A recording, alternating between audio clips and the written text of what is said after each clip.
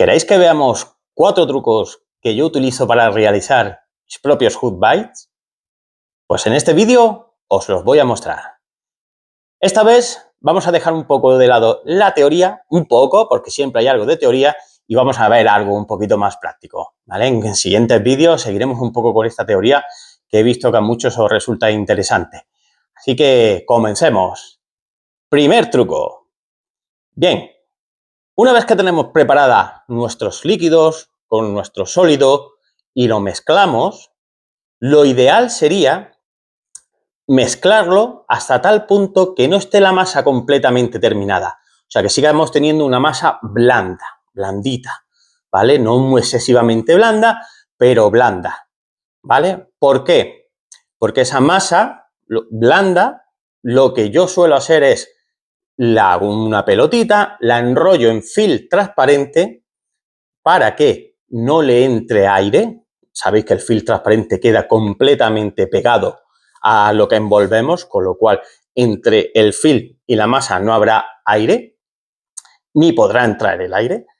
Y luego esa masa yo la suelo meter en el frigorífico, ¿vale? ¿Y por qué? Porque normalmente yo hago la masa un día y la rulo al siguiente, básicamente por cuestiones de tiempo.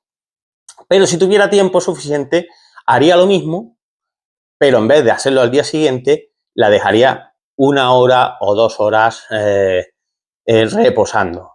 Y el motivo es el siguiente. Muchas veces usamos harinas que necesitan hidratarse, ¿vale? La propia harina de trigo necesita hidratarse. Si usamos sémola de trigo, necesita hidratarse. Algunas otras harinas, como la de krill, también absorbe agua. ¿Y eso qué va a hacer?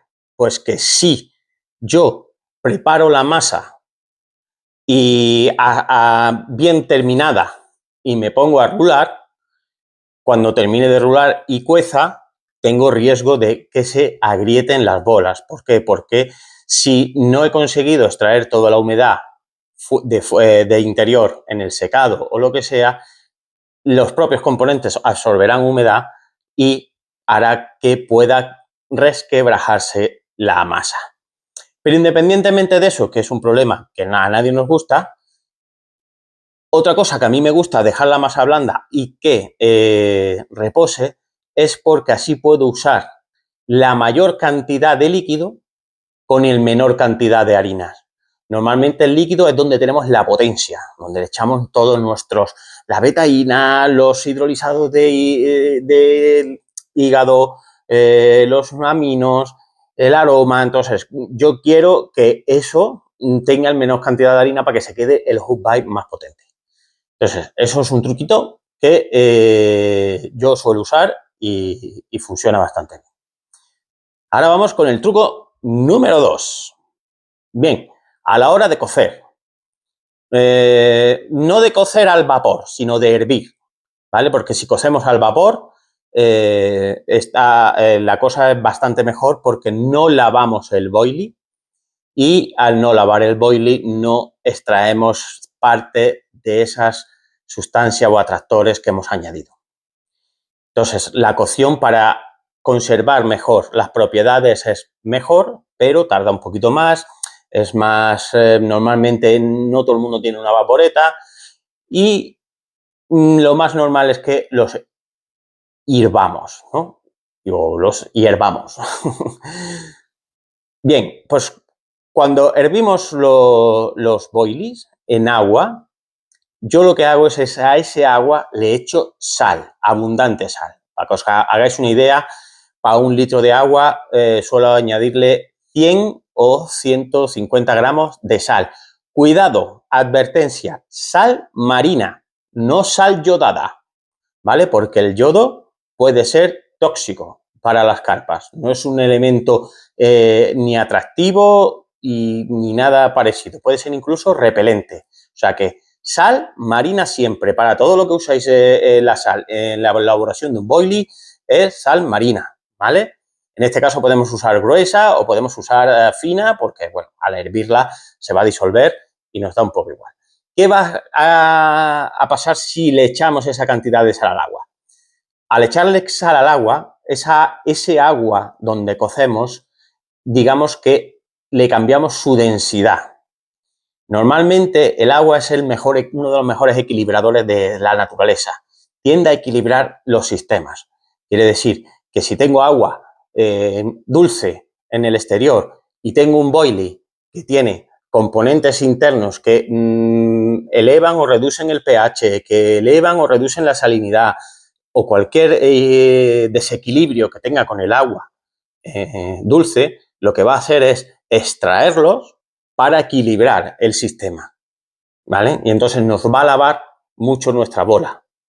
Si le añadimos sal, ¿de acuerdo? Al estar la densidad del agua más elevada, no será tan capaz de lavarnos el boilie, ¿vale? Entonces seremos capaces de mantener mucho más las propiedades de los componentes que hemos usado en nuestras bolas. Así que, además de que la sal puede aportar sodio, que el sodio es algo que le hace falta mucho a las carpas y que no es fácil de que lo encuentren en su medio natural, ¿vale? Así que, segundo truco, añadimos sal a la hora de cocer los boilies. Bien, vamos con el tercer truquito.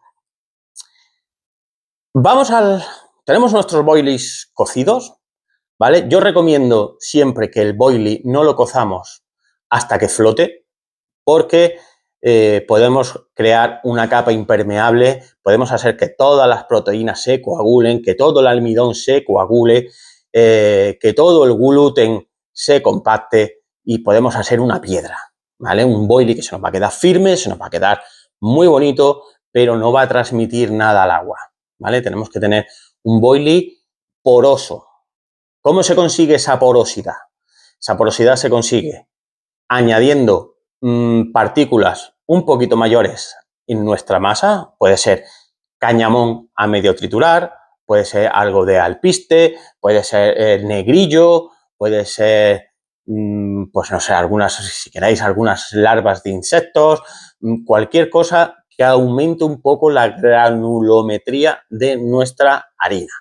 Eso hará que se creen microcanales alrededor de esas partículas mayores, ya que el boilie no será capaz de compactar al 100% alrededor de esas partículas más grandes. Podemos usar cáscara de huevo también, que la usa mucha gente, que da el boilie muy bonito. Yo particularmente no me gusta la cáscara de huevo porque no aporta absolutamente nada. Se habla de que la cáscara de huevo da efecto crunch, ¿vale? Pero para eso prefiero mejor el cañamón a medio moler. Y si hacemos cañamón tostado a medio moler, eso ya es maravilloso, ¿vale? Entonces, ¿qué es lo que queremos? Un boilie poroso. ¿Cómo se consigue un boilie poroso además de haberle añadido partículas a la masa más grandes? Pues en el hervido vamos a hacer que para un boilie de 20 milímetros lo hervimos unos 90 segundos o 2 minutos como máximo, ¿vale? Eso hará que la capa superficial se endurezca, se haga firme, pero nos dejará el boilie por dentro un poquito más crudo, digamos, ¿vale? Con lo cual se crearán microcanales, porosidades, que lo que permitirán es la entrada de agua al núcleo de nuestro boilie y a la salida, pues arrastrará pues, todos nuestros componentes, nuestros aminoácidos, nuestros atractores, nuestra sal, nuestros edulcorantes, todo. Entonces tendremos un boilie que transmite, ¿vale? A mí no me gustan los boilies que son piedras porque no me dan confianza. Seguramente vosotros habéis pescado con ellos y hayáis tenido resultados, pero bueno, yo como a mí lo que me gusta tener en el agua es algo que me dé confianza, pues nunca lo hago así. Evidentemente, podemos tener un boilie que no dure 2 días en el agua. Podemos tener un boilie que te dure 12 horas, que te dure 8, ¿vale? 8, 10, 12, pero recordar, siempre digo, la carpa detecta lo que se disuelve en el agua. Con lo cual, si no conseguimos disolver lo que hemos generado, lo que hemos creado en nuestra cocina, no hemos hecho nada, ¿de acuerdo? Entonces, hacemos boilies con poros abiertos, con una cocción más reducida. Dependerá mucho después de vuestras masas, de los tipos de aglutinantes que hayáis utilizado, si eso tardará más o menos en disolverse. Pero yo haría una prueba, ¿vale? Siempre poros abiertos. Bueno, vamos con el cuarto truco. Bien, ya tenemos los boilies hervidos y ahora lo que vamos a hacer es, una vez que sacamos los boilies calientes, vamos a empezar a retirarlos, los ponemos en un paño, le quitamos el exceso de agua rápido y los introducimos en un líquido, ¿vale? Ese líquido lo habremos preparado nosotros previamente. No hace falta que queden sumergidos, simplemente es un poco de líquido que yo los mueva y los cubra superficialmente. ¿Qué va a ocurrir si lo hacemos de esta manera? Al sacar el boilie caliente, sabéis que la temperatura a la que hervimos pues llega a los 100 grados y más, 120 o lo que llegue, dentro de ese boilie existirá vapor expandido. Cuando lo metemos en un líquido que está más frío, ese vapor se va a contraer. Y al contraerse lo que va a generar es un efecto de succión. Y ese líquido que está en la superficie se meterá hacia dentro de nuestra bola. Si los dejamos mucho tiempo, podría llegar hasta el núcleo incluso, pero con el riesgo de que se nos ablande demasiado la bola. Entonces los dejaremos unos 2 minutitos, ¿vale? Ese líquido puede ser pues un poco de CSL, le añadimos un edulcorante, el talín o el NHDC que hablamos la última vez, le podemos hacer un poquito de plancton, le podemos añadir un poquito de hígado hidrolizado, en fin, algo potente, porque es lo que es la primera capa o la segunda capa que va a empezar a funcionar. Metemos en ese líquido 2 minutitos y luego los metemos, yo normalmente los meto en un rebozado, una capita de rebozado. Ese rebozado, una vez más, potente. Nuestra harina de krill, nuestra harina de pescado, harina de calamar, hidrolizado de pescado, GLM, que es buenísimo. En fin, creamos ahí algo potente y los emborrizamos. Yo los emborrizo porque si los meto en el líquido y luego los dejo secar, que es una opción, pues bueno, son más pringosos y más difíciles de manejar en esa etapa. Si los tienes emborrizados, pues puedes volver a tocarlos, ya los mueves con más. Pero hay cada uno, si quieren emborrizarlo bien y si no. Yo aconsejo que si lo emborrizáis, le deis solo una capa, ¿vale? Podéis darle todas las que queráis. Pero mientras más capas les deis, luego tendréis que dejarlos a secar más, ¿vale? Porque mientras más capa exterior, tiene que pasar más tiempo y puede tardar mucho más en secar. Así que con una capita la cosa está bien, tenemos nuestro líquido metido, nuestra capa por fuera, el boilie toca el agua, ya que aquello empieza a transmitir como si fuera una discoteca. Así que este sería el cuarto truco. Y bueno, para aquellos que hayan aguantado mi chapa hasta este minuto, os voy a dar un quinto truco, que es, pues, ni más ni menos cómo los conservo yo en mis botecitos. Como veis, tengo aquí unos Food Bites hechos por mí. En concreto, es la mexicana que yo llamo. La verdad, es mi bola estrella. Me ha dado muchos peces en muchos escenarios diferentes, porque es que me la llevo siempre y la pruebo siempre. Pero bueno, aparte de eso, como veis, yo siempre la meto con un poquito de harina, ¿vale? Esa harina es propia de lo que me ha sobrado de hacer la masa, o si me ha sobrado poco, la complemento con cosas, una vez más, potentes. Y además, importante, lo más importante, la mezclo con sal marina, ¿vale? Acordaros que hemos dicho sal yodada, no, sal marina, en una proporción del 30%. Quiere decir que si yo cojo 70 gramos de harina, le echo 30 gramos de sal, ¿vale? Eso lo mezclo y al bote.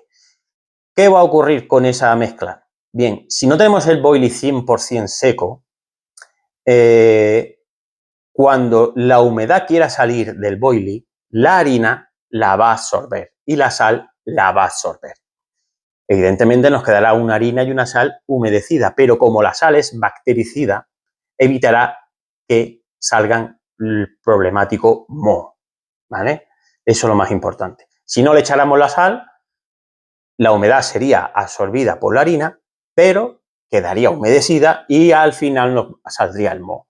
Así que importante, mezclamos harina con un poquito de sal, la metemos en el bote, aumentamos así un poquito nuestro aroma, aumentamos pues el sabor y eso que hemos querido construir.